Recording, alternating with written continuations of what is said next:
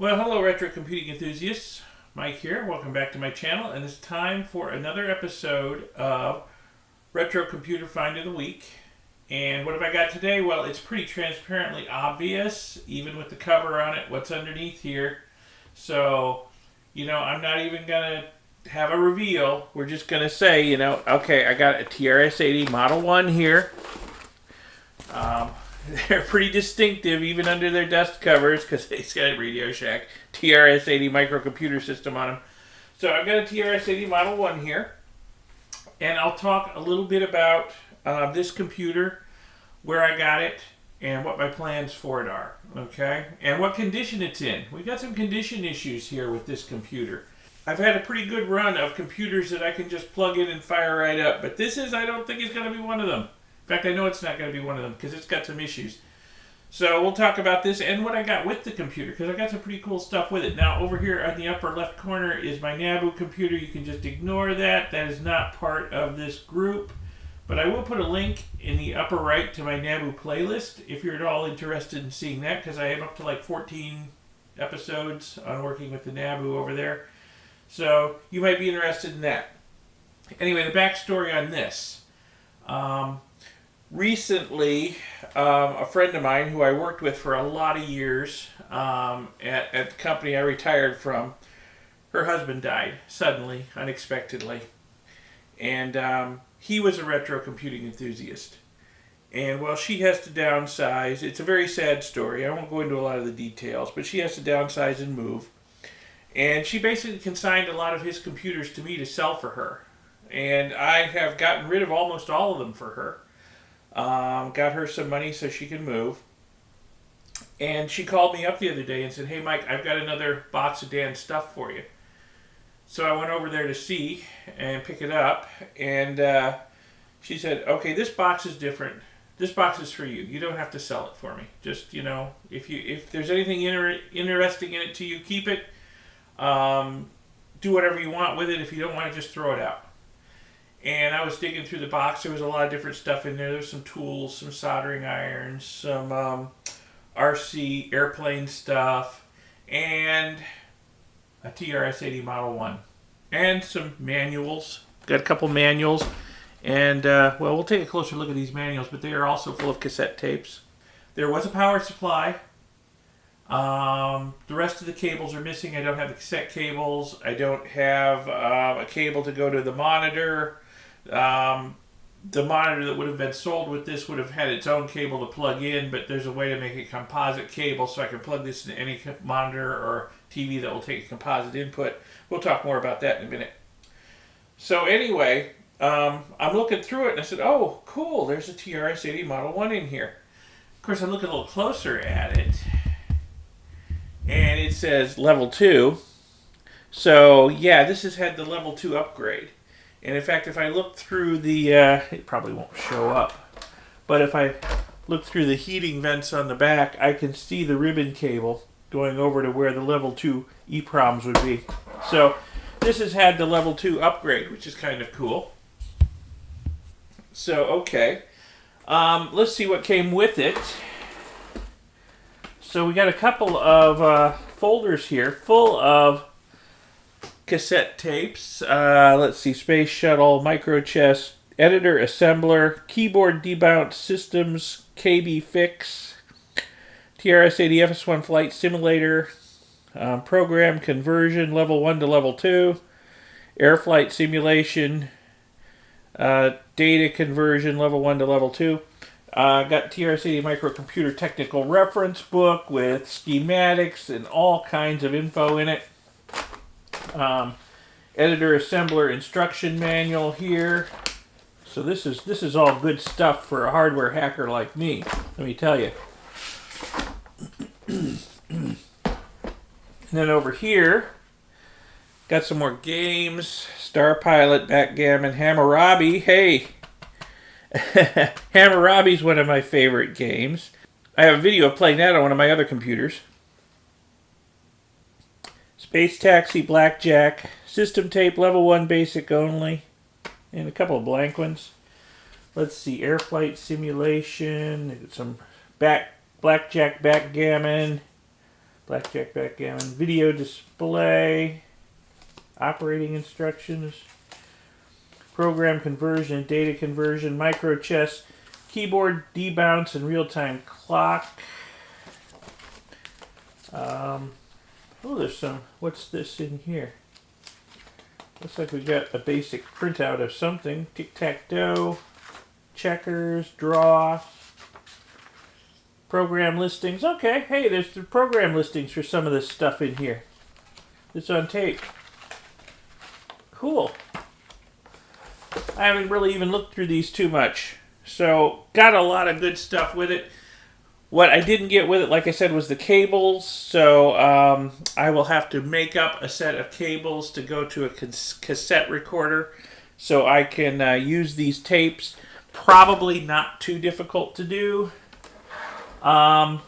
Speaking of making up cables, the power supply came with it, but, well, the end is broken.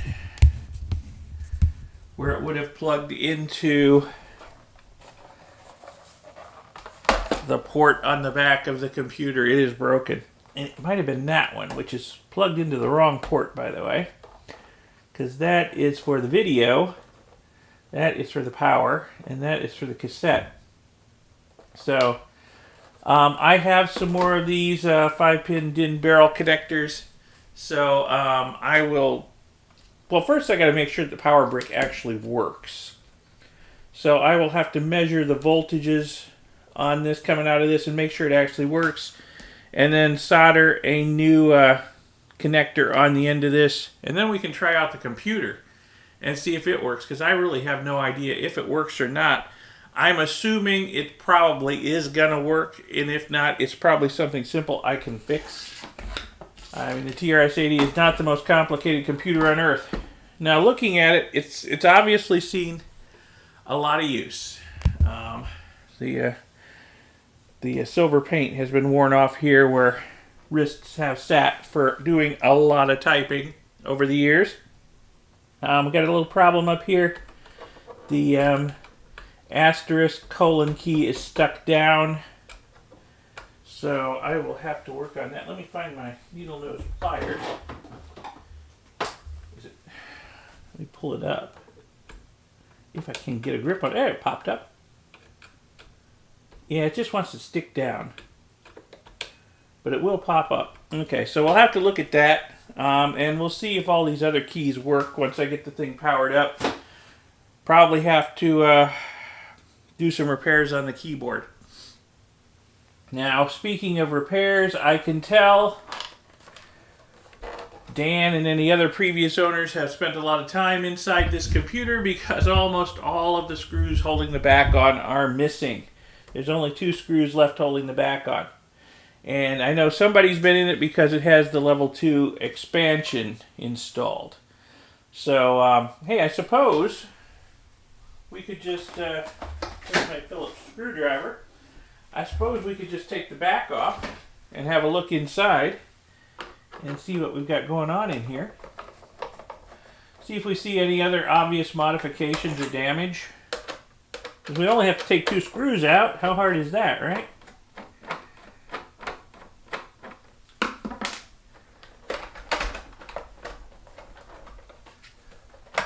Well, famous last words. How hard is it, right? What's holding it? I guess I don't have that out all the way, maybe. There we go.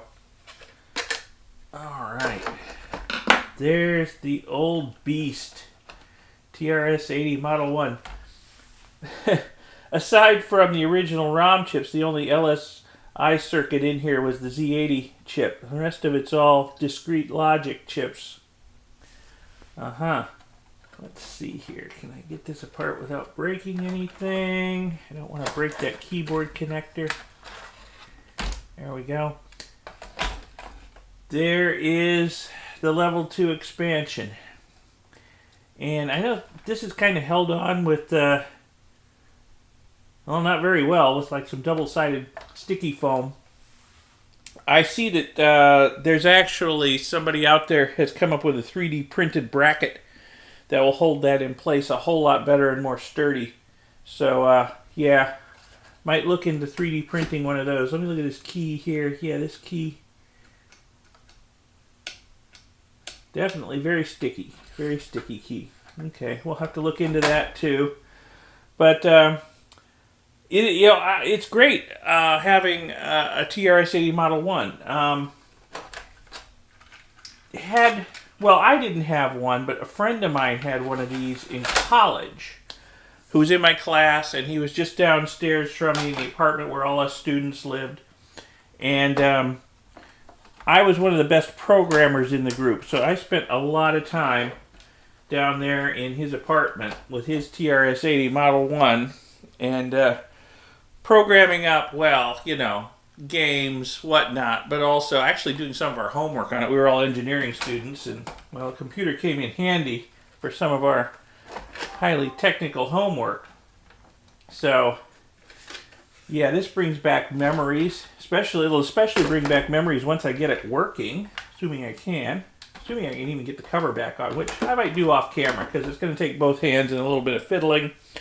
So, but yeah, having a working TRS-80 Level 1 should be interesting. In fact, I think in college it was the original Level 1. It didn't even have Level 2 Basic, I don't think. I'm trying to remember. But, so I'm going to have to, do some work on it. Get the power connector, make sure the power connector works first off, and get a new end on it. I'm going to have to create a video cable to go off to either a monitor or one of my TVs with a composite video input, and work on putting together a set of cassette tape interface cables so that I can actually use some of the stuff in these manuals. So thank you, Katie. Thank you very much for giving me this. I appreciate it, and I'm going to do my best to bring it back to life and get it working, and I think I will seriously enjoy it, and it will be a wonderful addition to my collection of retro computers. All right, let me see if I can get the case back on this. Okay, getting that case back on was about a 10-minute battle I spared you from having to watch. There are some standoffs between the main circuit board and the keyboard that have broken loose, and some of them are just period broken, so I'm probably going to have to 3D print some replacement standoffs for inside this thing, as well as my other laundry list of stuff I've got to do to get it up and running. But hey, like I said, this will be a great addition to my collection. Oh. Well, I didn't get it back together right because the power light's not coming out through the hole. The power LED's not, so something's a little shifted out of alignment. Okay, well, got to take it apart again in the future anyway. So I'll fix that. But thanks again, Katie, for giving me this. I really appreciate it, and I think I'll have some fun with it. I'll have fun fixing it up, and I'll have fun using it eventually. All right, so that's Retro Computing Find of the Week for this week, and stay tuned. Next week there'll be something else. And if you found this video at all interesting, educational, informative, inspirational, whatever, give it a like, give it a thumbs up. And I will see you in next week's video. Till then, have a good one. Bye.